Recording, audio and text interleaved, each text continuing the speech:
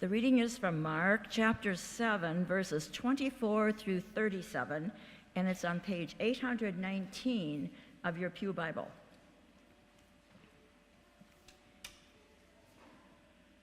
From there he set out and went away to the region of Tyre. He entered a house and did not want anyone to know he was there. Yet he could not escape notice.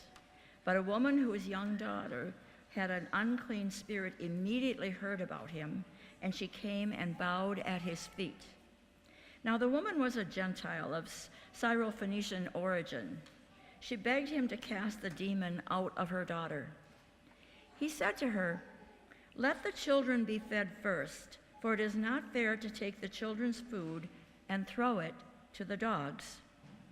But she answered him, "Sir, even the dogs under the table eat the children's crumbs." Then he said to her, "For saying that, you may go. The demon has left your daughter." So she went home, found the child lying on the bed, and the demon gone. Then he returned from the region of Tyre and went by the way of Sidon toward the Sea of Galilee in the region of Decapolis. They brought to him a deaf man who had an impediment in his speech, and they begged him to lay his hand on him. He took him aside in private, away from the crowd, and put his fingers into his ears, and he spat and touched his tongue. Then looking up to heaven, he sighed and said to him, "Ephphatha," that is, "be opened." And immediately his ears were opened. His tongue was released, and he spoke plainly. Then Jesus ordered them all to not tell anyone, but the more he ordered them, the more zealously they proclaimed it. They were astounded beyond measure, saying, "He has done everything well. He even makes the deaf to hear and the mute to speak."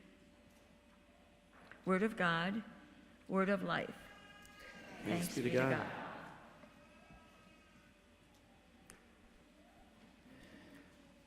Have you ever gotten a new shirt, or maybe it's a dress or a sweater or something, and you buy it for something in particular, but you discover it works in all kinds of situations? Like, it's not too dressy for this, but it's dressy enough for that. Or maybe you've gotten a gadget for the kitchen or a new tool for a work project, and you bought the thing with this one task in mind, but found it can do like everything. Amazing. There was a movie from 2002 called My Big Fat Greek Wedding.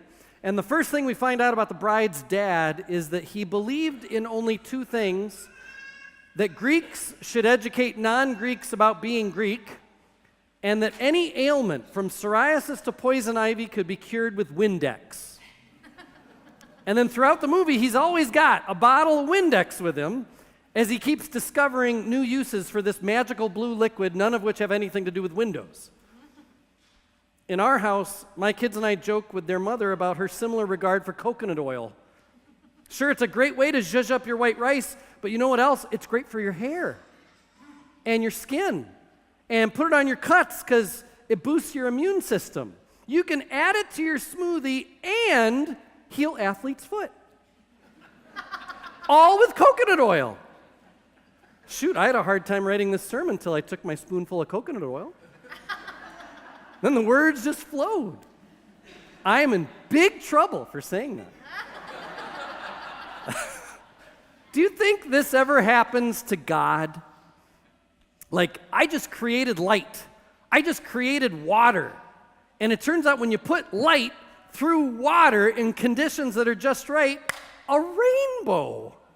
Like, how about that? When that water moves through certain kinds of earth, you get the Grand Canyon over here, Mississippi River Valley over there. Huh, how about that? Water, light, let's go.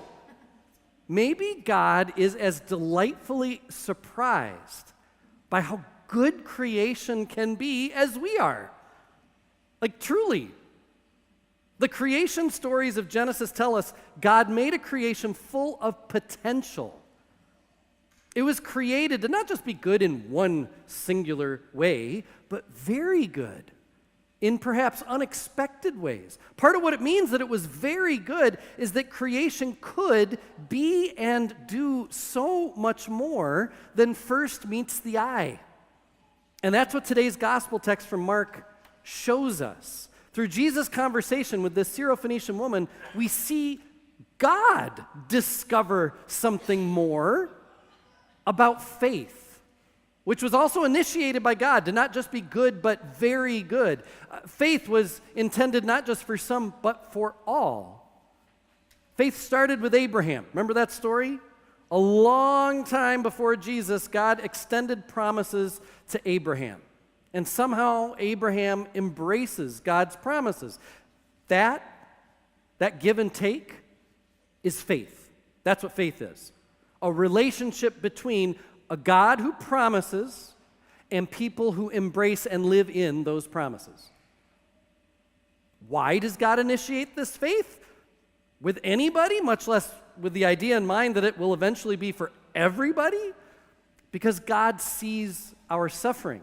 God sees humankind living in ways that have us only care about me, myself, and I.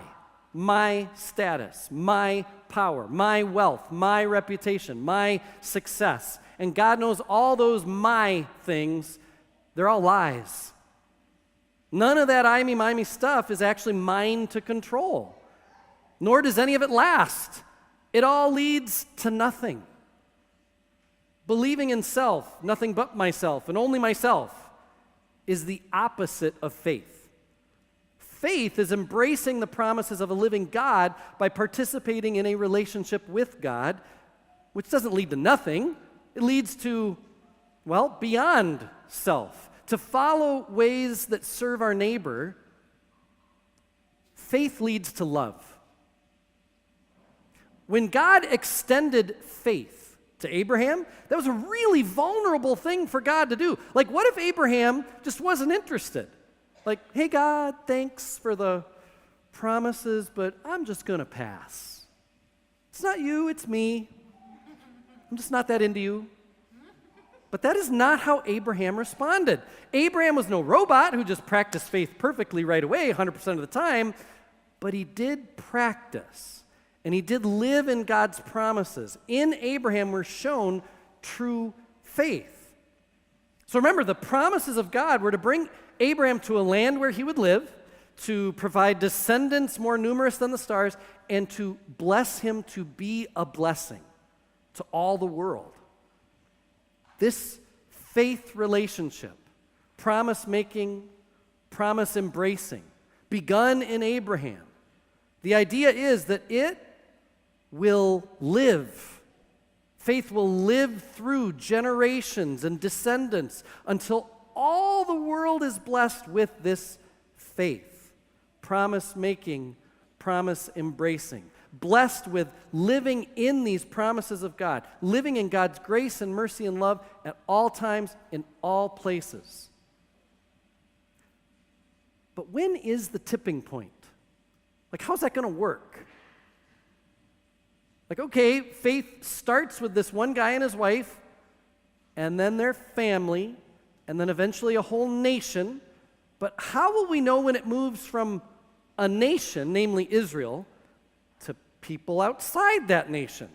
Is there a date we're supposed to be looking for? Are there benchmarks that need to be met? Well, we know, having lived through some significant historical times quite recently, that it is surprisingly difficult to know that a watershed moment is happening while you live through it. You would think that something in us would be like, burp, burp, this is historical, right? But it's hard to tell. The birth of Jesus, the Word become flesh, is the tipping point. Nothing can ever be the same after Jesus. Creation is a new creation. And as much as I can honestly imagine God delighting in the discoveries of the original creation that put light through water and you get a rainbow, I can also imagine similar discoveries being made in God's new creation that comes through Jesus. And I think today's text from Mark is maybe the best example we have of what I'm talking about. Because in this new creation, faith has spread wider and deeper than even Jesus had expected. Jesus goes to Tyre. Most notably, the people there are not Jewish. Like, that's really the point of telling us that part of the story. And there, Jesus is met by a woman whose little daughter has an unclean spirit. She's desperate for healing and wholeness. As a mother who loves her child fiercely, she bows down at Jesus' feet and begs Jesus to cast the demon out. Okay, so up to this point in Mark, Jesus has done a lot of this work. This is nothing new. He's cast out lots of unclean spirits. He restored that one guy who was a leper to community. He healed a person who was paralyzed. He calmed seas. He has fed thousands. He's even walked on water at this point in Mark. But he had done all of those things among his own people, among the descendants of Abraham, which was how things went in these days, religiously speaking. Back then, everybody understood, or at least they thought they understood, that each city had their own god. Maybe there would be a different god for the whole nation or a nation's state. But typically, gods were connected to a certain people. The normal thing would have been that Jesus was just for Jews, which is what makes Mark 7 such a headline. When this woman begs him to help her daughter, Jesus seems to have the idea that faith is being rolled out methodically, and Jesus knows his work has been a sign of new creation back home, but here? Now? Like among non-Jews? And the woman is like, oh yeah, yep, I'm ready. I'm ready to follow. I have faith. Here, today. Even if I only get the crumbs of your new creation in faith, I know that's enough. And Jesus is like, yeah, you're right. And for saying that, go. The demon has left your daughter. Huh, is basically what Jesus says. Light goes through water and can shine a rainbow. Huh. Faith here, already, among these people. Huh. And once this woman shows Jesus that faith has moved at the speed of grace, which is far faster than light, by the way, Jesus goes on a blessing binge among Gentiles. Mark says he goes by way of Sidon in the region of the Decapolis, still not Jewish territory per se, and he makes a man unable to hear and talk. Huh. Jesus then feeds 4,000 and many more, many of whom are not Jewish, we're told. Huh. Faith is embraced among these people already. There. Huh.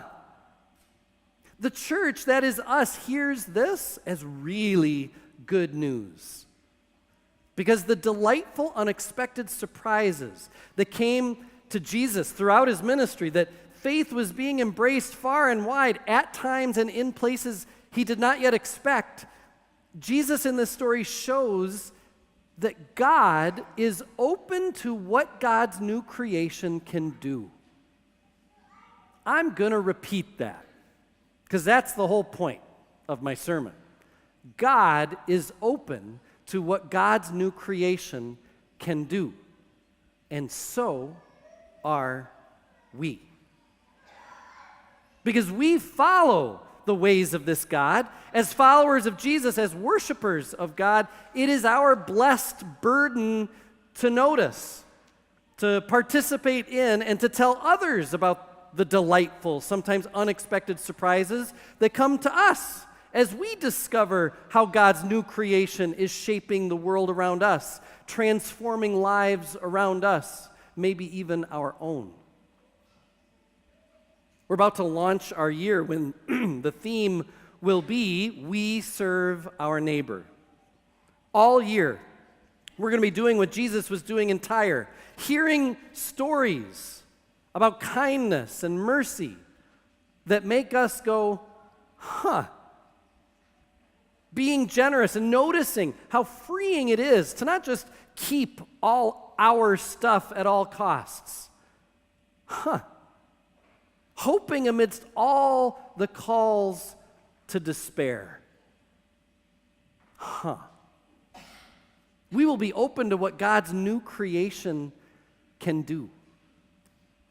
Amen. I invite you to stand as we sing.